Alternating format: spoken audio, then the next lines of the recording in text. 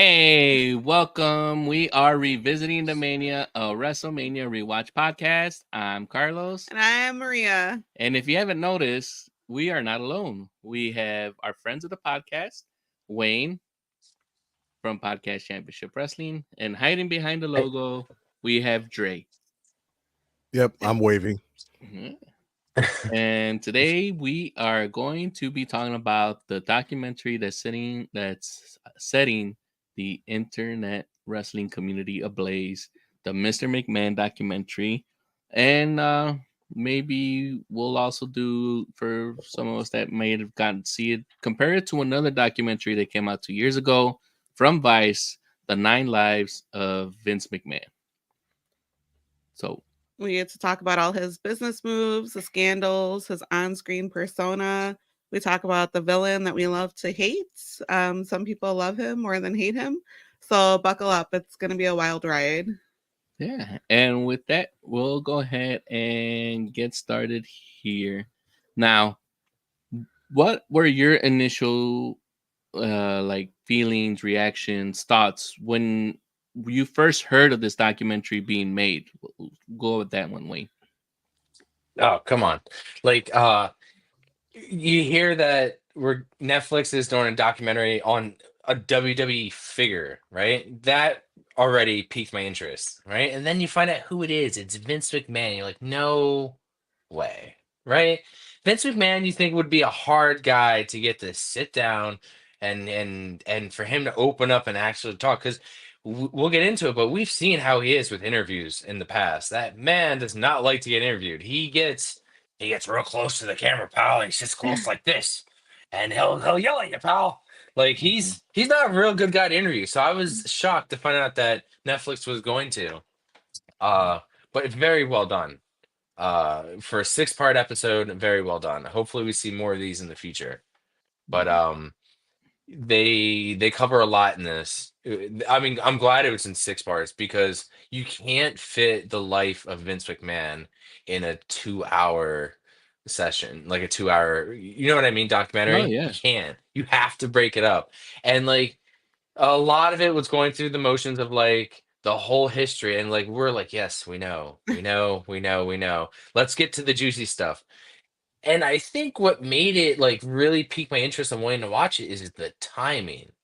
Like the timing when we heard it's coming and all the stuff that happened after it. Because you're like, I'm thinking as the events are happening, after we heard about the documentary coming, it's like, will this be included in the document? You know what I mean? And Yeah. also, what's exciting for us as wrestling fans, hard marks, because that's what we are. Because you know how I know we're hard marks? I'm wearing a wrestling shirt. We're on a wrestling podcast. We're hard freaking marks, right? We went Right. to WrestleMania together to get this cup. Yeah. So for what's fun is like, what can you tell me that I don't already know? You know, that's the fun part. And so I had a nice fun ride with that. But like as recommending it to the casual, absolutely, because the casual fan is gonna find out so much interesting shit that they're just gonna find out all at once. Okay, we have been like slowly dripping this throughout our whole lifetime. We know about this stuff with Vince. We know how messed up he is. We've seen terrible things with Vince before. We've heard terrible things, right? We've known about this our whole lives. But these people, these poor innocent people, are hearing this for the first time on Netflix. You know, I know people who don't know a lot about wrestling, but they know and they heard of the Vince McMahon scandals. It's that big that people outside the wrestling community are hearing about it, and they're tuning into Netflix. And I'm hearing about this at work from people Yeah. who don't watch wrestling. So give it a watch. I mean, Dre. I mean, that's Yeah. that's what I gotta say to open it up, man. Yeah, Dre. What did you think when they first started talking about coming out with this documentary, and how did you feel?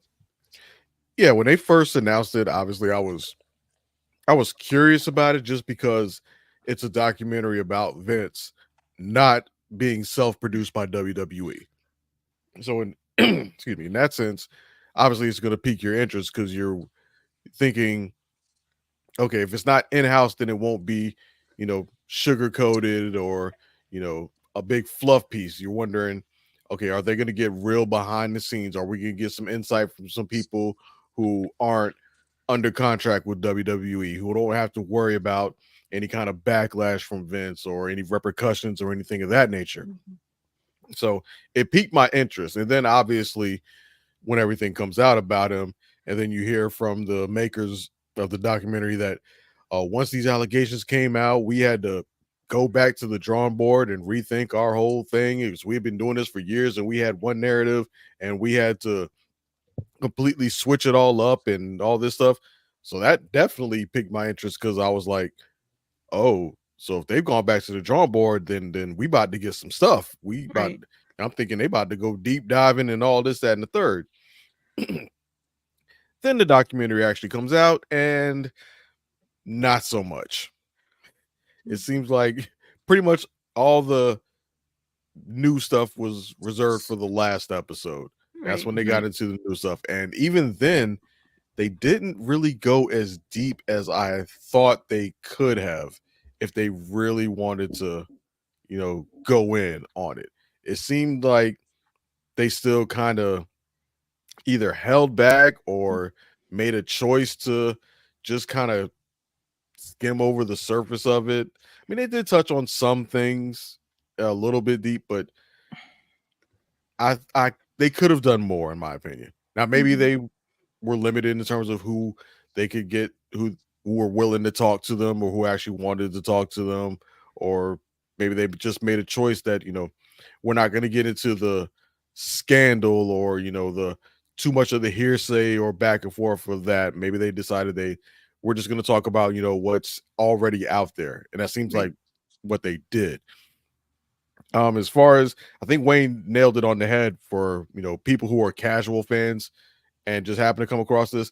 I do think it is an excellent watch. If you're not really a big wrestling fan, or maybe a past wrestling fan who dropped off with the product some time ago, then yeah, I think this is still a worthwhile watch. It pretty much is basically almost, it's damn near like a story of the WWE, Right. just told from the perspective of Vince McMahon. So that's obviously excellent for a casual. I think Mhm. for some of us who are, as he said, are hard marks, or part of the IWC, or the ones who are really into this and like that, I think most people might have found it a bit underwhelming because there Mhm. wasn't a whole lot in this that you did not already know beforehand. You're watching episode 1 and you're here, they're talking about the beginning days and the territory, and Vince is when it's like, yeah, we know. And they get into episode 2 and it's Mr. Hogan and all that stuff. Yeah, we know. Then episode 3 was what? The new generation or what have you? Yeah. Yeah. We know. So like episode 4, Attitude Era, we know. We were there. We were watching. So a lot of it didn't really bring much to the table if you're a lifetime or lifelong wrestling fan. Mhm. But for anybody who's not that, or a casual, then yes, it's a good watch. And it is also a very well produced documentary as well. So I give it that.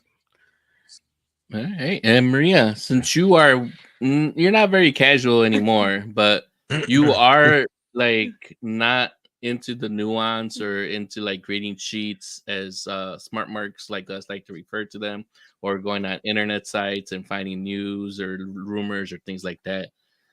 What was your reaction when you saw it?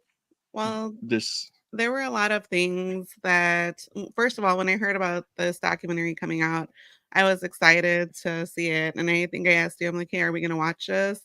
And then I asked a few of people at work that are also wrestling fans, like, hey, did you hear about this documentary? Are you going to watch it?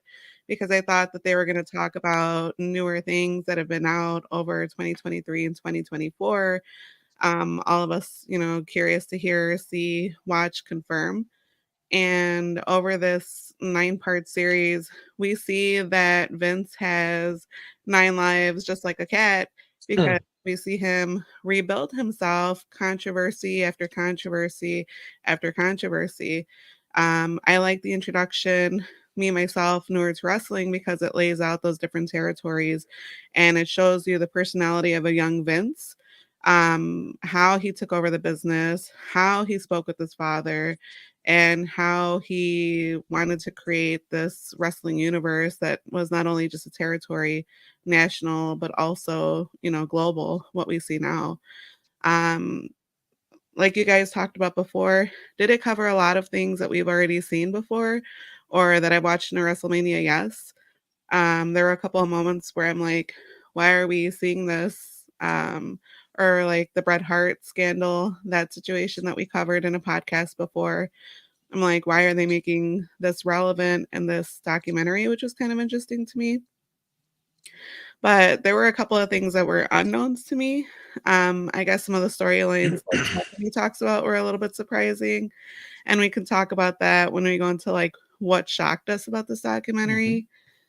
So, what I recommended for people to watch, I definitely would say you should watch this documentary if you're new to wrestling or if you're well versed in wrestling, because you get to revisit a lot of moments and it puts it into kind of like a nice package where you're like, all these different situations that happened, either one, he wasn't held liable or responsible for some of these situations, and you kind of get to see the inside persona that he has. So, yep. Yeah. And as for me, when I first heard of it, well, first of all, I was trying to see what they could do. Bill Simmons has done a great job, especially when he oversaw the Andre the Giant documentary that's out on HBO or Max now. That was a very good documentary. That if you haven't seen it and you are looking to get more into wrestling documentaries, I highly recommend that you guys go out and see the Andre the Giant documentary. But there was also a documentary that Vice made that Maria has mentioned, which is The 9 Lives of Vince McMahon. And that is about an hour and a half documentary compared to the 6 episodes. Now, if you want like a crash course about who the person Vince McMahon is, then I would recommend seeing The 9 Lives of Vince McMahon if you have access to Vice or know where to find it somewhere out on the internet. But if you are looking to see a little bit more like Wayne and Dre have mentioned, this is a very well produced documentary. There's not only a lot of ring footage, like live footage and behind the scenes footage and interviews with anyone that's a wrestling fan would know. We got Hulk Hogan. We have Bruce Pritchard. What people may know him when he was Brother Love Tony Atlas. Tony Atlas. That was Ah. Tony Atlas.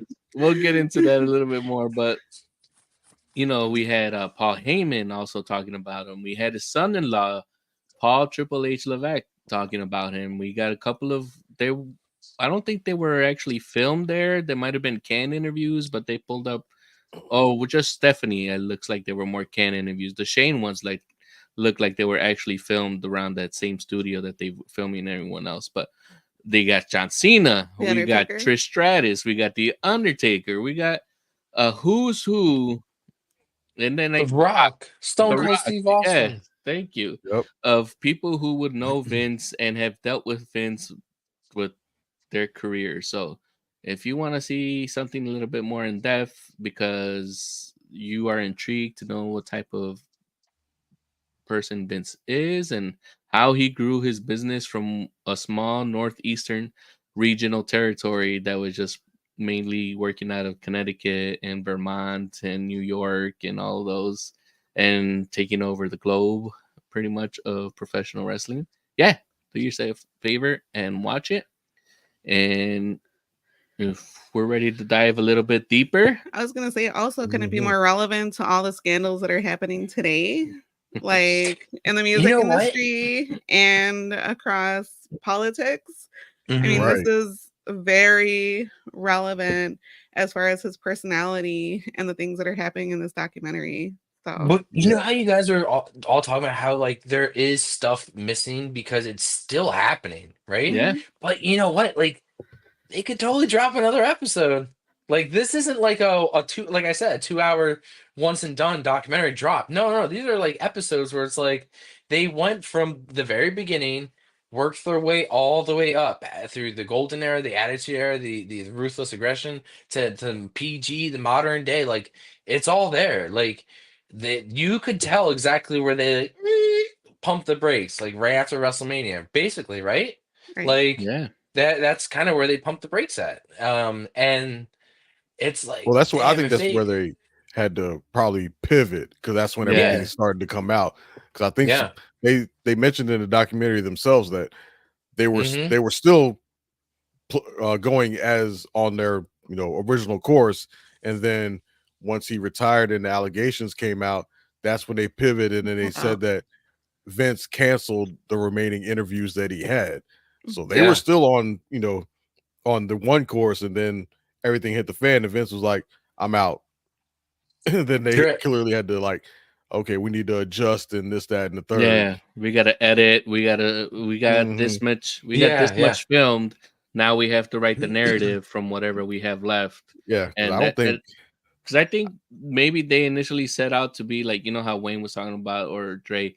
I'm not sure which one of you guys mentioned it, but that it should have been longer, like 10 episodes. yeah, And we probably would have gotten the 10 episodes if Vince would have continued interviewing a little bit yeah. longer. Maybe But that's why it just ended at 6. yeah, and it's just like Vince probably stopped because his lawyers It's told like him to don't stop. say Just anything like else. stop going out there.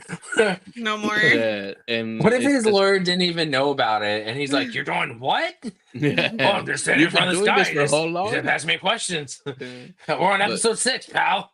yeah, but But yeah, Dre, that's the like you only thing. said, Dre, you said like you felt like you knew that they weren't going to give you the whole story, and you knew Vince wasn't going to give you the whole story. And I think I know exactly when I can pinpoint when that happened.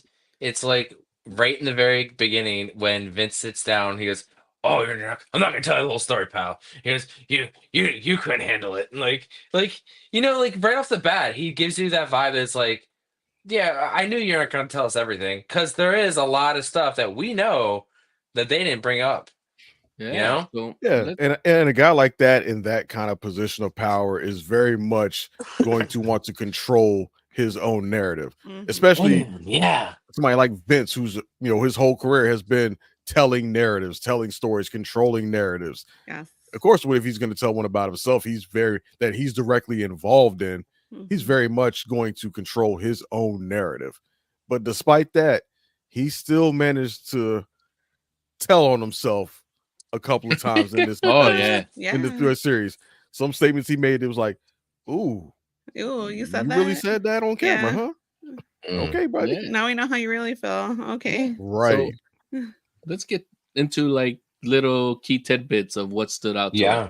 Maria, you go first since you're the newer smart What stood market out to trainee. Yeah, me? what stood out to you that was like, oh my god, I can't believe he said that, or I can't believe Vince did that, or I think whatever. things that were hard for me to hear out loud because we see this through his actions of how he likes to, and I don't know if the word's like embarrass people, or he likes to Demean. demean and get back at people. Yeah. So just seeing that, like a series of wrestlers having to go through those experiences was hard for me because we've seen it over the years, or I've watched it over watching wrestling, but just having to deal like that whole situation with even Owen and Bret Hart and accepting responsibility, or how they came out to talk about who else? I think the Undertaker was talking about taking chair hits to the head, Yeah.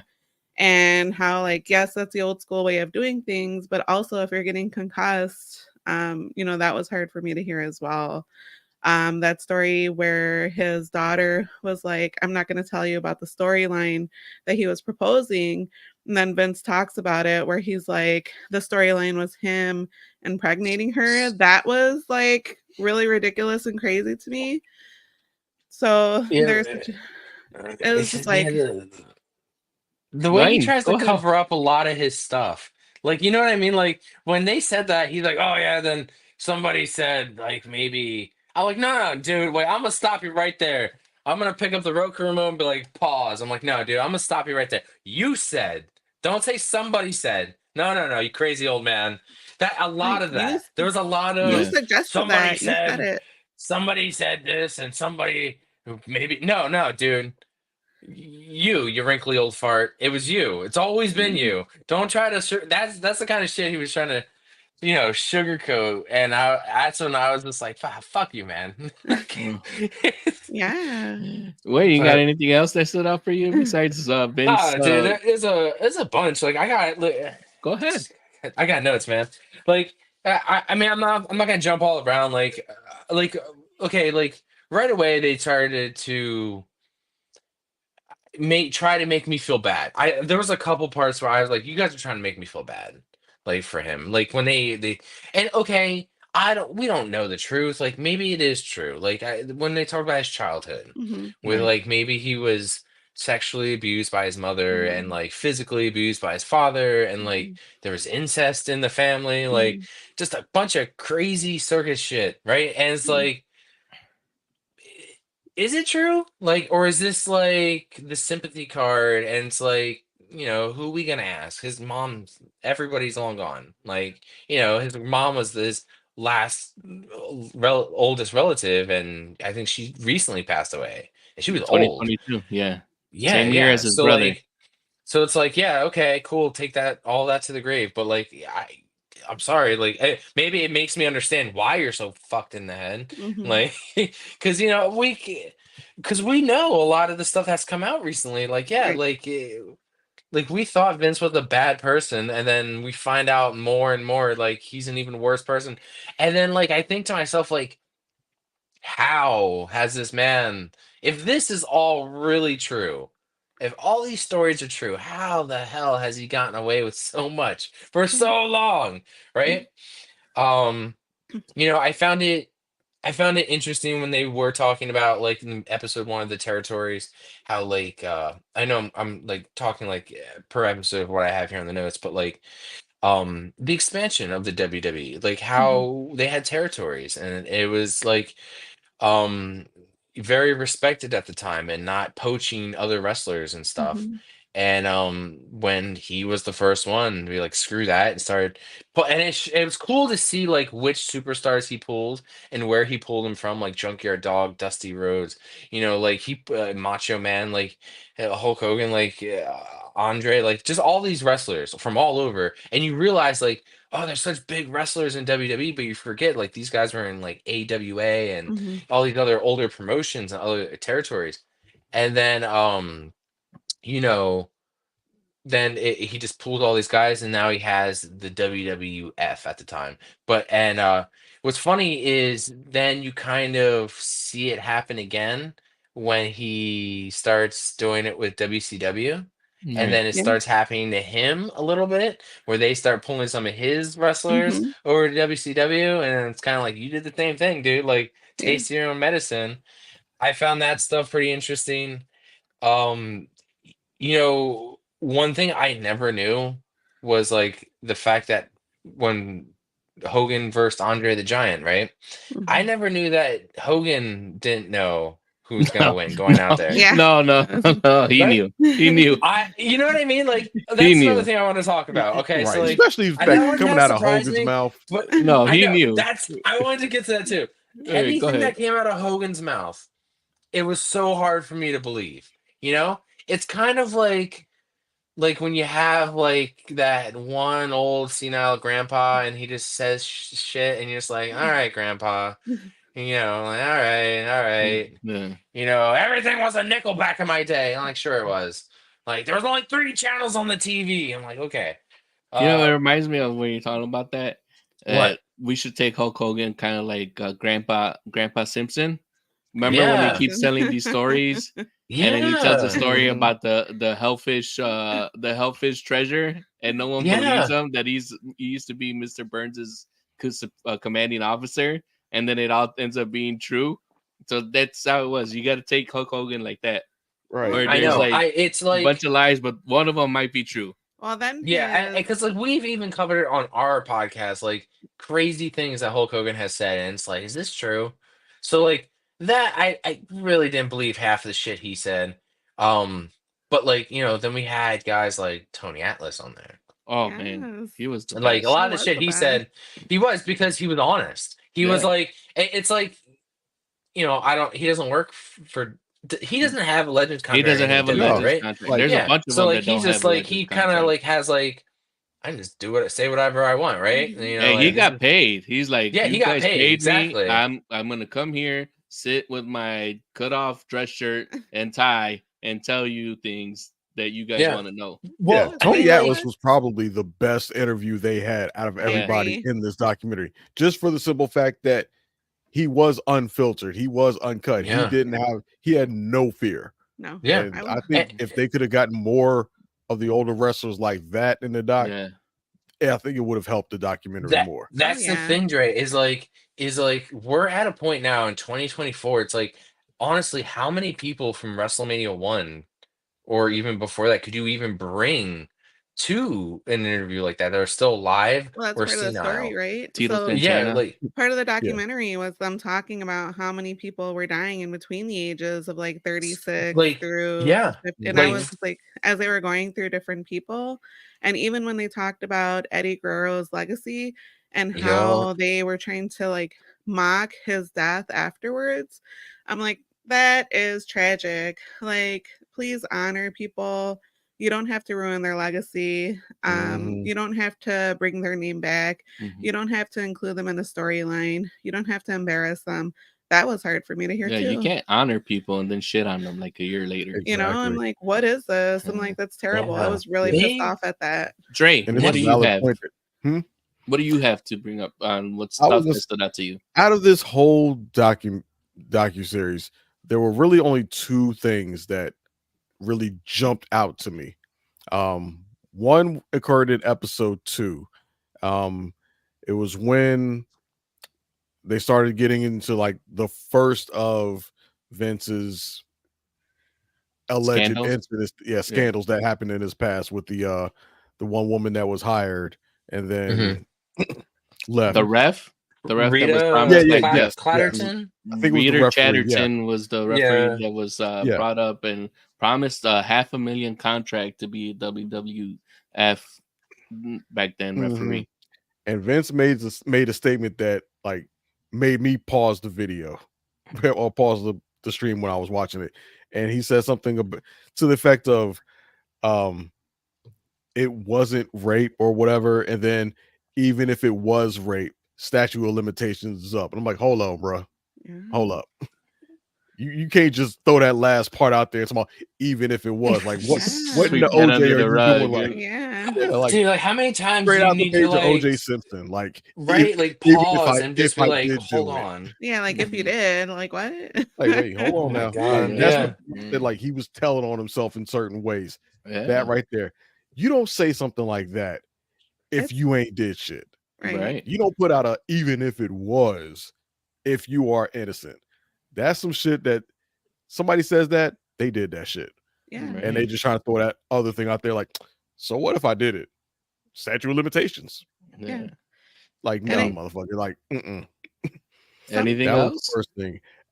Outside of that, the only other thing that really jumped out to me was when Paul Heyman, this is when they were talking about Vince and Shane and their Oh dynamic. yeah. And Paul Heyman tells the story of the big falling out that they had. Mhm. Vince and Shane had, and Vince basically tells Shane, they're having a big disagreement on how to go with something, and they're both really, firm in their position. And Heyman tells the story that Vince basically tells Shane, hands him like a knife or something like that, and says, Yeah. Yes. stab me right It's like here. you're only getting that Here. storyline over when Right. I'm dead. You're only gonna get that Yeah. story Do over it right my dead now. body. Stab And me. unless you're ready to take that knife and plant it right here in my chest and kill me, that ain't happen. I was like, fuck. Dre, is that not familiar? Because what did he tell his dad when his dad was like towards the end of his life? He's like, if you don't agree to this, that he was gonna basically do it anyway. Yeah, when he was taking over the territories, Mhm. and his dad's like, he had made friends with everybody that was in the territories: Stu Hart, Vern Gagne, Jim Crockett, all of those people, and Vince is going out there taking out all the territories, and he's like, everyone's going to like Vince Senior to tell him, hey, you can't be doing this. And then Vince Senior goes to go tell Vincent, and Vince is like, hey, either you work for me now, so either you Yeah. help me or you get the fuck out of the way. Yeah. So, Yeah, I mean, and at that point, yeah, there wasn't shit that Senior could do because Vince had the company then.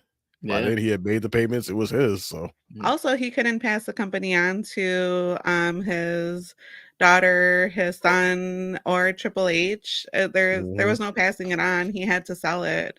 That was also incredible to me. Yeah, it's like I mean, we'll get to me if Dre doesn't have anything else to bring up on what shocked them. no, those were the only 2 points that Alright. really jumped out to me. But yeah, him having to sell the company. All right. So, like my wife mentioned, that was something that shocked me was him not wanting to hand the reins over to anybody. Mhm. I know Vince Senior wanted Vince to own or to like earn it because he didn't even want to sell him the company, and he was going to sell it to Gorilla Monsoon. And he's Yeah. like, well, fine, I'll sell it to you, but you got to make these payments on time, and they have to be on time, or else we're gonna take it back. You're not gonna get your money back. So, and he made those payments. But like to have that thing where had that kind of like abandonment issue with his dad, and he couldn't reconcile that with either Shane or Stephanie, like in a very like healthy, mature type of way. Like Mhm. Shane wanted, even when Shane wanted to do his own thing, when he wanted to buy the UFC, and Vince is like, no, no, no, you can't do that. No, we're not gonna get into that, pal. You Yeah, know? like I can't believe that though. Like Shane tried talking me into buying the UFC. Like, could you imagine? Like Mhm. if that would went down, but Yeah. thinking that like that wasn't a business that was gonna bring in money for him. Like He saw it as a competition. He's like, yeah. they do something similar, only they put themselves more on the line. They hurt Yeah. themselves. So I Yeah. can't build up characters like I do building up talent here. Yeah. He didn't see the value in it. He just thought it was just basically But he did. barbaric fighting, Yeah. and as opposed to what he does and telling stories and having characters. He didn't see this thing as valuable, which I mean, they didn't really say like when Shane was approaching Vince about this, like when in UFC's history, like Their I think I was timeline. this know where it early is, but I'm gonna UFC? fact Was check this it. Yeah. I'm Well, gonna fact check it, but go ahead, yeah, finish your thought. Dre, let's think about this. This man turned down the idea of buying a company that does something very similar to what he does. But this man greenlit the That's what, XFL. that's what I He wanted to he say. also greenlit something called the WBF. I did not know what the hell the WBF was. It is a bunch of bodybuilders. it was the World That's what it Bodybuilding was. Federation that he was Yes. Mhm. trying to create? In yeah, That man thought that was a good idea, And but his yet the restaurant. UFC, but see, yeah, at the time, I could understand why that was because it was the early '90s and bodybuilding yep, was very much all the rage then. And plus, around that time, he had recently signed Lex Luger Right. to the WWF, and he was planning on making Lex Luger the face of the World Bodybuilding Federation. Right. yeah, it But makes Lex sense Luger at the had the time. motorcycle accident, wound up in the hospital, and that impacted that. But he had a plan then, and at the time it would have made sense. Now the XFL thing never made any fucking sense. Like Yeah. I don't know why he thought he It's could ever compete with the NFL. Like that was just dumb. But That's Yeah. because the he World was Bodybuilding bitter thing, that they didn't want to sell him a franchise. So yeah, he's like, right. I think he did want to be Let an me owner at create one my point. own yeah. football. right, but You're like right about that. granted, yes, these are all failures, right? We're looking at all these failures, but look at the achievements, though. Like this man made this a worldwide thing. Like this is thing that like people are watching all over the freaking world. Like people are traveling from countries to go to WrestleMania. Like Right. we were sitting at WrestleMania with people in front of us, behind us, with different accents from all of the other places. You know what Yeah. I mean? Like, uh it had an app. It like I never thought I'd see the day that WWE would ever have an app. Ever. Right. Ever, And Well, yeah, you know, there's no denying his like he's a achievements and business. success Yeah, like within professional wrestling. Within right. professional yeah, wrestling, it's he has succeeded way beyond anyone's imagination. But exactly. everything But else he's failed in has been a big failure. Like anything he's it's tried, true. the restaurant, the Absolutely. bodybuilding Yep. federation, the Absolutely. XFL, Yep. the Absolutely. streaming app, Yep. uh, His He's a guy who was meant to the be in hotel. I forgot in they one made a lane I got only. a casino. butt for the you though. I got a butt casino. for you. No, keep going because there's a No, lot of that's it. failures. Well, Yeah. Okay. his we Oh, even talk about his his late night marriage, talk show. the talk show, but also even his marriage Cartoons. with Linda Yeah. was painful. Like we've seen those situations where he calls Linda on Yeah. TV or and like in front of everybody. Yes, it's part of the storyline, but it's You ridiculous. bitch. Yeah. Yes. I'm Right. That gonna was kiss Trish Stratus in front of you. that Like, whole storyline was I'm gonna kiss ridiculous. a lot of women on TV. Basically, he kissed a lot of women. Yeah. A lot of I don't know her story, but I'm like, after what? all of this, the man, like you guys just laid out all these failures, but the man is still a billionaire. Yeah. Right. Not a And he's millionaire, worth a like $2 billionaire. or $3 Out of billion. all these failures, you could just point out, like, you could go to this guy's high school reunion and he'd be like, oh, well, you failed at this, this, and this. Yeah, but I'm a only fucking billionaire here, though, right? Yeah. Yeah, I I mean think that's once the you cross the D's, conversation. it's hard to fall out. Right. I know. It's like you But can separate the artist, from the artistry, just like we've seen Yep. with musicians. Like, Mhm. yes, this person has this personality, but look at the music that they've created or the legacy that they've created. So there's no Mhm. argument there. But at the end of the day, he's still who he is, and his personality is monstrous. and getting back to my fact checking, I don't have an actual firm year. It just says early 2000s Of what when they when they would UFC. try to buy UFC. UFC. So UFC. if we're thinking early 2000s, UFC, I would say is probably established, but not of the magnitude that excuse me, that it's become since then. Right. I think early 2000s they were doing pay-per-views at that point. Yeah, they were pretty well established because I think Lesnar joined around 2005, 2006. Yeah. Or something like that. So that's getting around UFC 100. That's right around the time where the UFC really started to blow up. Oh my god, yeah. And Like me, even overtake I and didn't. become more popular than boxing and such. Yeah. So Oh yeah. yeah, he could have very much bought it then, but yeah, imagine what that could have been. I mean, there would be no UFC purchased them TKO. now, right? No, now Mhm. UFC purchased them out. Yeah, Endeavor. No, Yeah. UFC I mean, hasn't like- purchased either one of them. They merged. They Endeavor, merged. yeah. merged. Endeavor is the company that Endeavor owned UFC. Yeah. Yeah. And then acquired Now they made WWE TKO and merged together. the both of them into TKO Holdings. Right. I mean, But like that could this have is all like been WWE had he made a choice. in an alternate universe, if he would have bought it then, kind of like if back like when if Blockbuster would have bought Netflix, Mhm. like what Mhm. if Right. like he would have been an even bigger, he could have been a bigger titan than he is now. Could he Or he been? could have Would he have been completely fucked it worse? up and killed UFC. Oh yeah, That's true too. absolutely. Very much But could have like gone the other like direction. Dre, like That you're is right true. though, man. Like me, I did not watch UFC. I was not interested until Brock Lesnar went over, and then I only cared then Brock Lesnar's fights, and then there was a little bit few more people I started getting into, and then we would get guys from UFC or MMA coming over to WWE. So then I would go back and look at some of their older matches, Yeah. And Yeah. then we had unfortunate back in the ones day, where I we mean, had like, like the CM biggest- Punk. Yeah, like the biggest UFC name we probably had back then was Ken Shamrock. He was like the UFC guy. Oh then yeah, he Ken made the jump. Shamrock. Yeah, and then he made the jump and to WWE and became a wrestler. I mean, other guys like I think Dan the Beast Severn joined WWE hmm from UFC. Like those were probably the main two. This is before your Chuck Liddells and Frank Mears and all those other guys. But yeah, Right. Yeah. Well- And one more thing I want to add that Yeah. I guess you could say Was shocking. shocking. But it comes from I did a little bit more kind of deep diving because I had a little bit more time on my hands. But I listened to the thing called Behind the Bastards. It's a podcast, and Mhm. they did a 6-part series on Vince. Oh, They're all 1 hour episodes. The first hour of part one, if you guys go out and find it, is not about Vince, but they give you like the measuring, like the standard. It's about Fritz von Erich. oh, okay. So Oh, they okay. give you like, this is what we say is a bastard. Here's our example, Fritz von Erich, and the other 5 episodes are about Vince.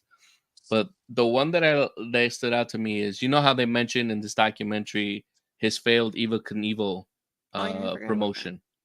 Mhm. That so that ends up, what the little bit more detail that they give us in that podcast Behind the Bastards is, he is partnered up with a very famous boxing promoter called Bob Arum, who owns Top Rank Promotions. Mhm. And Bob Arum takes him in as a favor to Vince Sr. He's not paid, but he wanted Vince Jr.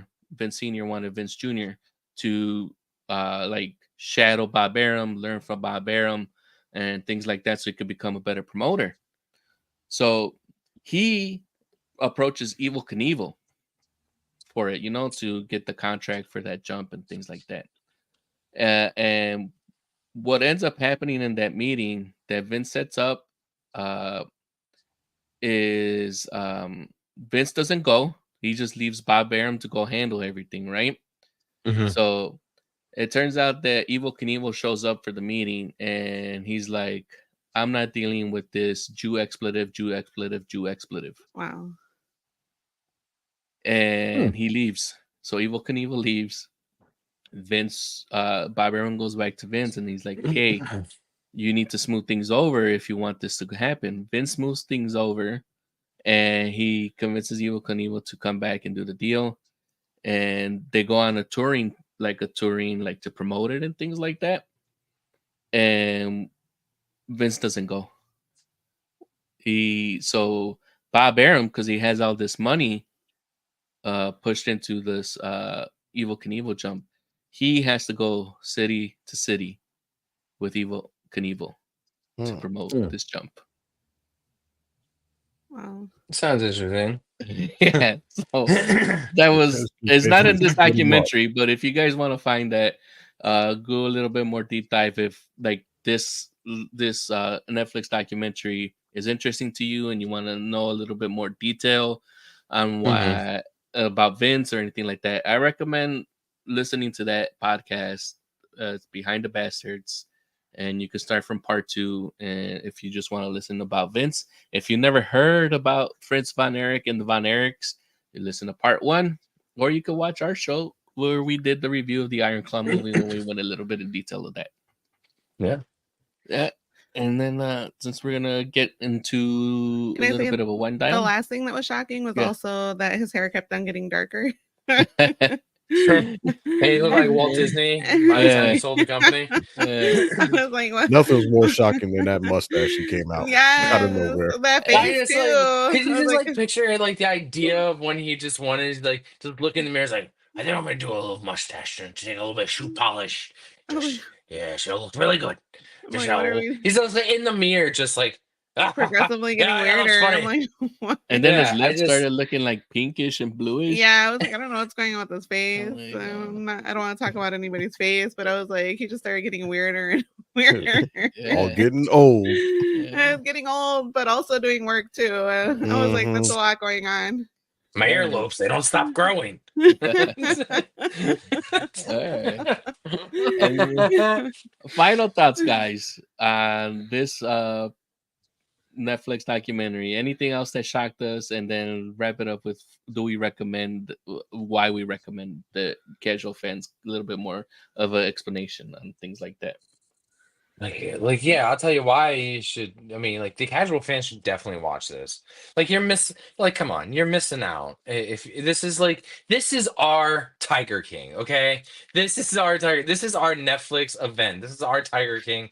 You need to watch it because then, if not, it's gonna get buried in your Netflix, and then you're gonna miss out on the event. No, you need. It's only 6 episodes, and the thing is, it'll catch you all the way up.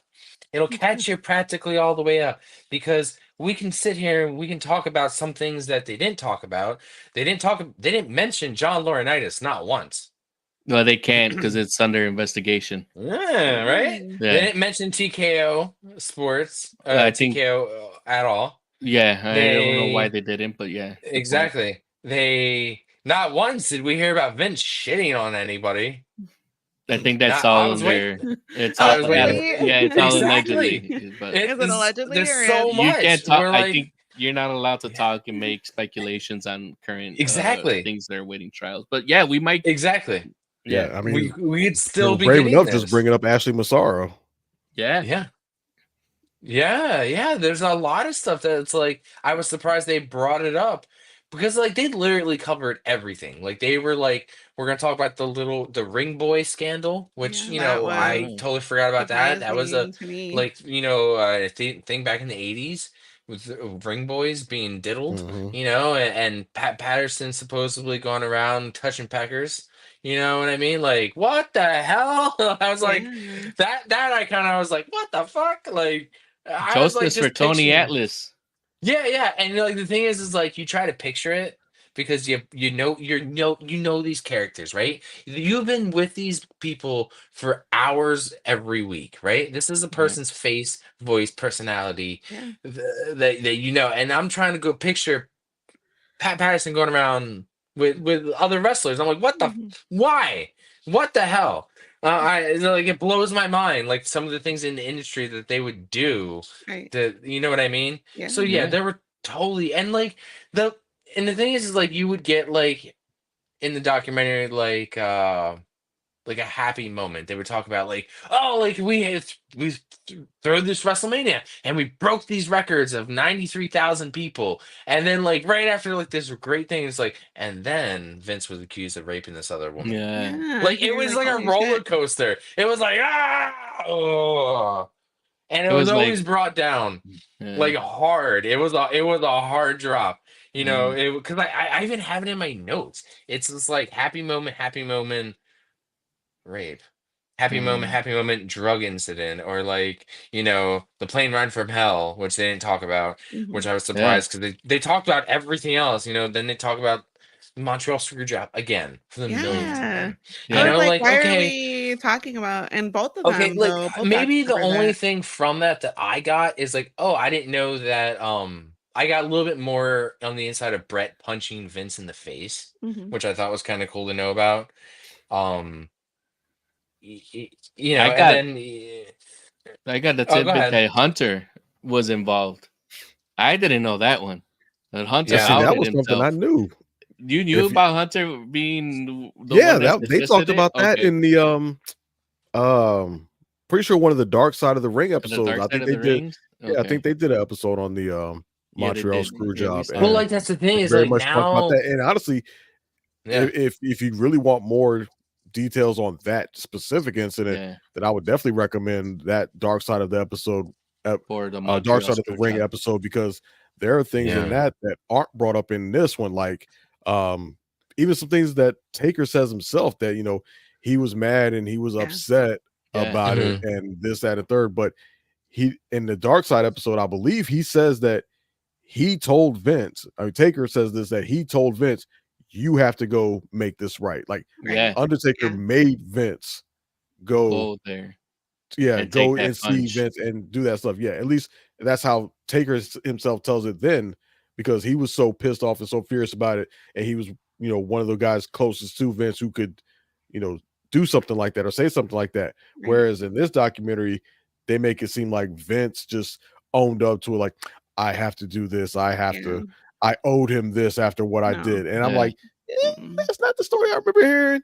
No. I remember Undertaker supposedly telling you, get your ass up and you go make this right. Yeah. Right. So yeah, even that, two different tellings of the same incident Story. Yep. with different recounts of that. So, Yeah. yeah. And Well, that's go ahead. I was gonna say you can go down the rabbit hole with a lot of these because yeah, we're talking about the Montreal Screwjob again, right? We're talking about Owen Hart's death again. We're talking about Hmm. Chris Benoit's death again. Yeah. Yes, we've heard all of these stories for us, beaten with like a dead horse. But like Dre said, that if you want to learn more about the Montreal Screwjob, there's another documentary, so you can go further down the rabbit hole for these casual fans. You know, because there are people who are like, "Ooh, I don't want to touch back on that." You know, I Right. want to Mhm. look into that, and then they look into it, and like there are other documentaries, and there are like Dark Side of the Ring. There's Behind the Mat. Mhm. There's other stuff. So yeah, I understood why it was brought up, but I guess for us, it was an eye roll because it's like, Mhm. okay, we already know this. I don't want to relive it, and especially like the Owen Hart stuff. It's like, man, that's rough. We got to see that again, and Yeah. seeing like wrestlers how they would have to perform the rest of that show Oh with yeah. Mhm. like Owen Hart's blood still in the ring, That was hard to hear. I was like, which like wow. supposedly, I don't know if it's true or not. I've heard that that's been debunked because the way they presented it in the documentary definitely made it seem like that splatter of blood on the ring was Was almost from Owen, but Right. supposedly that's mhm. being debunked. It was actually from a segment that happened earlier in the they pay-per-view, like a bloodbath segment or something. Yeah, And see, that's the thing. that yeah, and that's blood that's in the ring is remnants from that segment, not Owen's blood. Although the Right. documentary, the way they presented, would make you think that splatter is like Owen's blood from, I guess, where he impacted. But apparently that's Mhm. not true. That's been debunked. Yeah, so yeah, it's like, what else did they, embellished. exactly, like what else? Like we only know so much, because like I said, even from the very beginning, Vince, not like, I'm not gonna tell you everything. It's like, yeah, we know, because Mhm. like, but we want to know, because that's why we're here. Like, Yeah. if Right. you're not gonna tell us everything, then get the fuck out of the chair, old man. Like, no, Right. like if you're not gonna tell us things, then because listen, you tell us what you are gonna tell us, but either way, we're gonna find out. Like, because your ass is in the hot seat. Like, your ass is in trouble right now. Still, this isn't like this man's not dead yet. No. Like, The story so is the story continues. the story Mhm. continues. Mhm. Like, I want to Yeah. see season two. Like, we're already into like season two already. Like, get like Netflix would be smart to somehow. I'm sure there's people. I fucking bet Tony Atlas would come back. Like, I'm Yeah. sure there's people who would be like, "Yeah, I'll come back. I got some more stuff." Like, there's people who aren't tied to the company. Like, Also, I was like, "Oh, Vince you, has a brother?" I was like, "Let me look yeah, that up." Oh, he yeah, died. exactly. He passed You away want last but you in want to talk about that? 2022 or You want to talk about 2023. AEW even? There's other shit you can talk about. Yeah. Like you can Yeah, I get mean, deeper down the rabbit hole. Talk about stuff that's happening right now that we're Mhm. covering. Like if you want to wait until next year and cover exactly what happened from WrestleMania 40 to the next WrestleMania, I'm willing to wait a whole nother year. If you're gonna give me like 3, 4 more episodes, Right. yeah, but I think one, all that depends on the what outcome. happens with the fallout and what happens with ultimately these legal procedures. Because one, Yeah. there's a federal investigation that's going to be who It's knows gonna be how a long, long time. Yeah. right? And Oh, then it's whenever that true. gets done, then you still have the Janelle Grant lawsuit because that's currently on hold because of the federal investigation. So Right. I don't, as much as it might be interesting to have a season two, I think that one, that's not likely to happen because who knows if the producers of this documentary have the appetite to Well, revisit this or go further. Oh, And there's also, a timetable on this stuff. but Dre, Are people I going to be know there is. But like think there's going to be right an now, appetite for it, obviously, but it's going to be a long time before that ever Yeah. happens I could but because see like this probably not being actually concluded for like another 10 years. but like guys, right now, as we speak, there is another trial going on. There's the P. Diddy trial going yeah, on. that's what I was And talking right about, the now, music Netflix industry. is already in the process. 50 Cent is Yeah. in the I've been process telling of him making about his Mhm. own documentary. Yeah. It's not even over. And No. we're sure. already got the cameras rolling on that. So I'm sure. Yeah, but stuff like that, I imagine is very going to be it's going to be very scandal written. It's going to be like a whole lot of hearsay, a whole lot of Yeah. Mhm. I heard this, I remember Speculation this. and Yeah, yeah. a lot We of could have a speculation stuff. crossover. and you have to wonder how much interest that really is, and how much quality.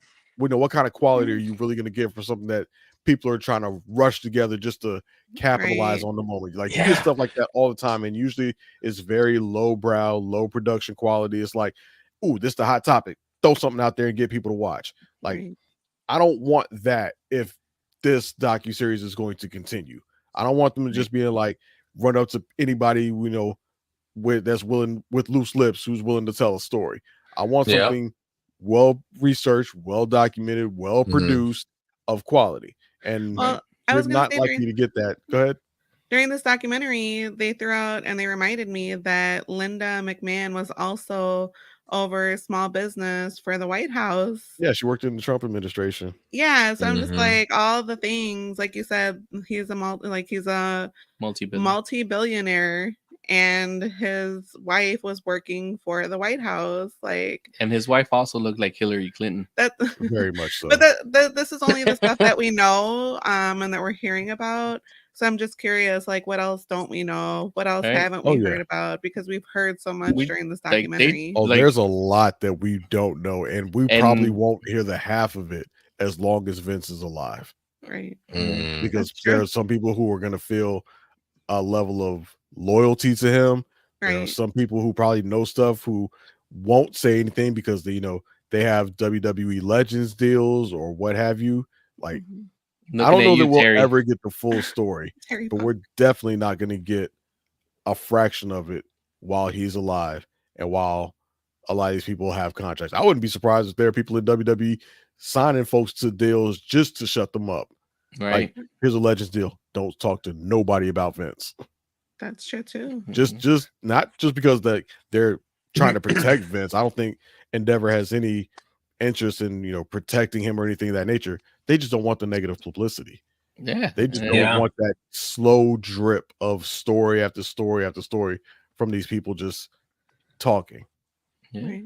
And Dre, would you recommend why would you recommend that people go out and see this, whether they're casual or whether they're hardcore? I think if you're I think if you're a hardcore fan, you've probably already watched it.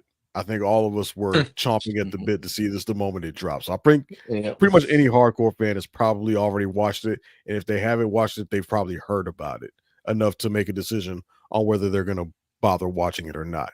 Right. But speaking to the casual fan, I think if you're anybody who used to watch wrestling or had a passing interest in wrestling at any point in your life, I think this is a worthwhile watch. If for nothing else, just to see the story of the WWE over the years, to see its growth from the small territory in the Northeast to the national phenomenon and then the global phenomenon that it has become since then. I think that's a worthwhile story of watching, even if you're getting it very much from the perspective of Vince McMahon, which adds to the interest of it. You're seeing the growth of this company from the perspective of the man who was the most influential in that growth and development, Right. from the Mhm. most central figure in it. That alone makes it, I think, a worthwhile watch. If Mhm. you're watching, if your interest is because, ooh, these allegations came out, I want to see some scandal, then no, you're gonna find yourself disappointed because that's not really what this is. All right. And Maria. Well, whether you're a fan of his work or you can't stand him, I would say that I recommend that you watch this. Like Drew said, you get to watch the beginning or the inception of this WWE universe. Also, this business is global. It's huge. It's definitely a moneymaker. There's so many personalities that I guess I can call myself a mark that I'm still fans of, that I still want to watch, that I still want to see wrestle.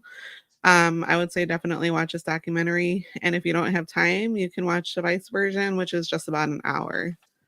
Yeah. And as for me, I do recommend it. If, like Dre has said, if you're a hardcore fan and you're still not like, should I watch this? Do I need to watch this? Blah blah blah.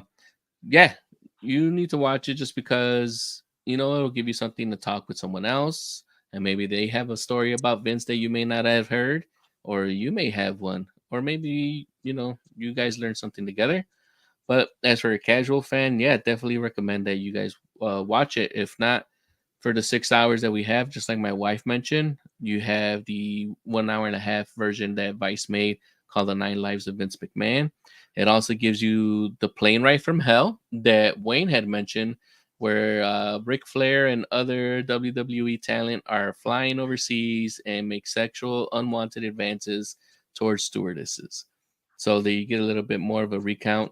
And like Dre had mentioned, in Vice has done a stand-up job and actually making standalone documentaries of everything that was covered in the Netflix documentary, whether it's the Montreal screw job, the steroid trials, the plane ride from hell, the Monday Night Wars, the Chris Benoit, that's a two-parter, and the Life and Death of Owen Hart, that's also a two-parter.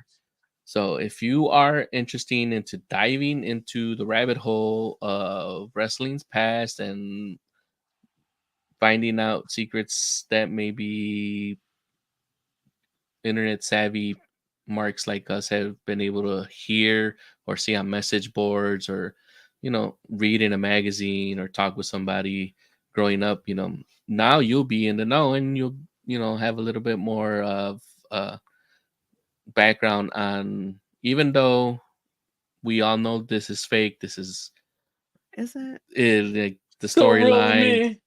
the storylines and things like They that. have real injuries. Yeah, I mean, it's Scripted, not fake. yeah, thank you.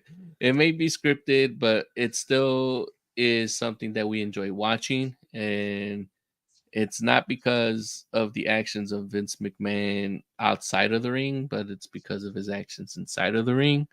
The man was able to overcome all of these scandals and all of these ventures out there that would have bankrupted anyone else, and still managed to find a way to make sports entertainment the juggernaut it is today. So, Yeah. with that, guys, you guys have anything to plug? We're gonna be PCW will be coming back again soon. We've been taking a season break, doing some personal stuff in my life, so taking some time off, but it's needed. Like, you know, even WWE superstars need to take a little time off. Maybe it's not from an injury, maybe it's just creative doesn't have anything. Because, these guys are on the road 24/7. Like, there is no season. Even though how many times do we always see SmackDown and Raw start with season premiere? There is no Mhm. off season, but PCW needed an off season. So we're taking some time, recharging our batteries. We're gonna come back. Just give us a little bit of time. But that's all I got to plug for right now. Dre, anything from you, sir? Nothing necessarily from me. Like I said, in the meantime, until PCW comes back in our 2.0 Rainbow era or whatever, you can always Mhm. find us on Discord. Yeah, and what's that? What's your handles, social handles? You guys got a Facebook page, right? Is it Podcast Championship Wrestling on Facebook? Yeah, you can find us everywhere. Everywhere, YouTube, anywhere you can get podcasts. We have social media on Facebook, Instagram, and Twitter. And you can find me. I only have Twitter at Semi Dry Chicken. So Awesome. And as for us, we will be bringing you guys one more episode. That'll be hopefully, if not in 2 weeks, it'll probably be a little bit longer because we do have a new wrestler joining our stable. And that's the whole reason why we weren't able to get another episode last month. But stay tuned to our socials: Revisiting Mania on Instagram, on Twitter, X, our Facebook group, Revisiting Mania, and our YouTube channel at Revisiting Mania. If you guys have any suggestions on matches that Maria should watch, you can email those to at revisitingmania@gmail.com. And thank you very much for joining us today. The audio will be uploaded to all major podcast networks starting on Monday. And do you have anything else, babe? No, deuces. Deuces. Ooses.